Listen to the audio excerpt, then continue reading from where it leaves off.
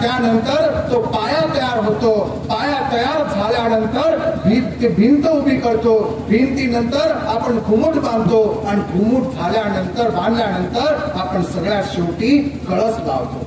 माझ्या सगळ्या बंधूंना आणि भावांना मला तुम्हाला सांगायचं आहे, अरे कळस तर सगळ्यांना दिसत आहे, पण गाडा गेलेला जो पहिला दगड आहे त्याचा कोणी विचार करतो काय?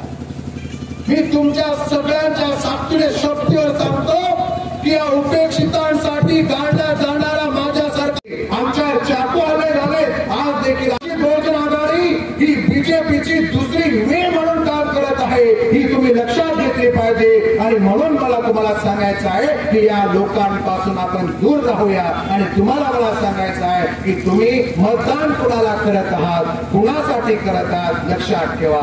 अरे ज्या माणसाने संपूर्ण आयुष्य नोकरी केली, आपल्या ऐश आरामात जीवन जगला, सगळे ऐश आराम केली आणि रिटायर झाल्यानंतर समाजापुढे येतो आणि मला मतदान दे म्हणतो, आमचा समाज काय एवढा आता भोळा राहिलेला नाही. लक्षात घ्यायला विचारा. अरे सर्वेश चव्हाण हा समाजासाठी रात्रंदिवस झटणारा माणूस आहे. तुमच्या अनेक प्रश्नांसाठी आमचंच नाही, आपण आता काहीतरी करूया. मी आदेश दिले. त्यानंतर गोरसेनेच्या वतीने किनवट शहरामध्ये किमान 5 ते 7,000 लोकांचा मोर्चा आपण आपल्या सगळ्यांच्या उपस्थितीमध्ये त्या ठिकाणी काढला.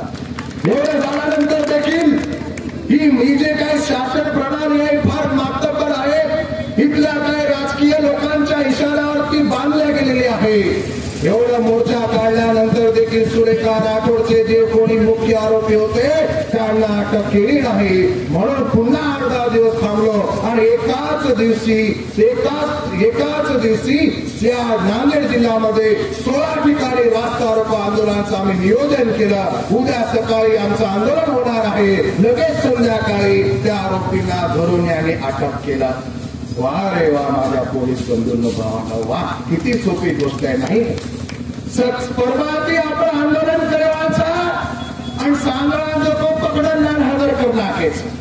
म्हणजे या लोकांना आधीपासून माहित होतं की आरोपी कुठे आहेत, आरोपी कुठे खात आहेत, कुठे पित आहेत, कुठे झोपतायत आणि त्यांना कोण प्रोटेक्शन देते, कोण सहकार्य करते हे आम्हाला कळून चुकलेलं होतं. म्हणून या लोकांनी ठरवलं होतं, मी मारल्यासारखं कर, तू रडल्यासारखं कर, मी मारल्यासारखं करतो, तू रडल्यासारखं कर, असं सगळं चाललेलं होतं. आणि त्यानंतर या आरोपींना कोणी समोर आलं नाही.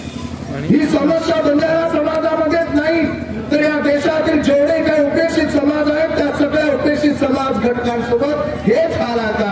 आताच आपल्या सिकरे साहेबांनी त्यांच्या मातंग समाजावर घडलेल्या काही घटना इथे लेखित केलेल्या आहेत. आमच्या सगळ्या समाज बांधवांमध्ये ह्या प्रामुख्याने या गोष्टी सातत्याने घडत आहेत. म्हणून मला सांगायचा मुद्दा हाच आहे माझ्या बंधूंना आणि भावांनो, तुमच्याकडे दुसरे उमेदवार देखील मतदान मागण्यासाठी येणार आहेत, पण त्यांना विचारा की तुम्ही समाजाची येणार आहे ती सगळी गोष्ट तुम्ही लक्षात घ्या. पण लक्षात घ्या, मला तुम्हाला प्रश्न करायचा आहे की ज्या ज्या वेळेला आपल्या समाजावर अन्याय अत्याचार होतो त्यावेळेला कुठल्या तरी पक्षाने आमच्यासाठी आंदोलन केली. मला पूर्ण भारतामध्ये असं एक उदाहरण दाखवा की कुठल्या तरी समाजाला अन्याय अत्याचार झाल्यानंतर त्या समाजाला पाठबळ देण्यासाठी कुठल्या तरी पक्षाने रस्त्यावरची किंवा संसदेतली लढाई किंवा विधानभवनातली लढाई केली. कोणी उदाहरण सांगू शकेल नाही. कारण जातीचे जर प्रश्न उचलले तर यांना भीती वाटते दुसऱ्या वेळेला तिकीटच मिळणार नाही. कारण यांच्या मालकांनी जर असे डोळे टवकारले तर हे गप्प बसून जातात. यांच्या मालकांसमोर हे बोलणे बोलणारे लोक आहेत. म्हणून या लोकांकडून आपल्याला अपेक्षा नाही. म्हणून हा उपेक्षितांचा जो लढा आहे त्या सगळ्या पक्षांची गुलामी करणाऱ्या लोकांच्या विरोधामध्ये हा लढा आहे.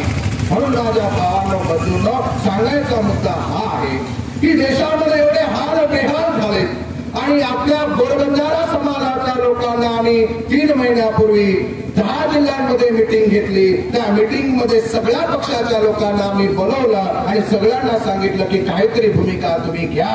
कोणीच काही भूमिका घ्यायला तयार नाही. कुणाकडूनच काही प्रत्युत्तर आलं नाही. कोणीच तयारी दाखवली नाही. मग सगळीकडे अंधार वाटायला लागला. आपणच काहीतरी करूया. आता काय करायचं हा फार मोठा प्रश्न आमच्या समोर निर्माण झाला. आणि तुम्हाला सांगतो, ज्या वेळेला ही मीटिंग आपण बोलवली होती त्यावेळेला इथे जो दुसरा आपल्या गोरबंजारा समाजाचा उमेदवार आहे तो देखील त्या मीटिंग मध्ये हजर होता.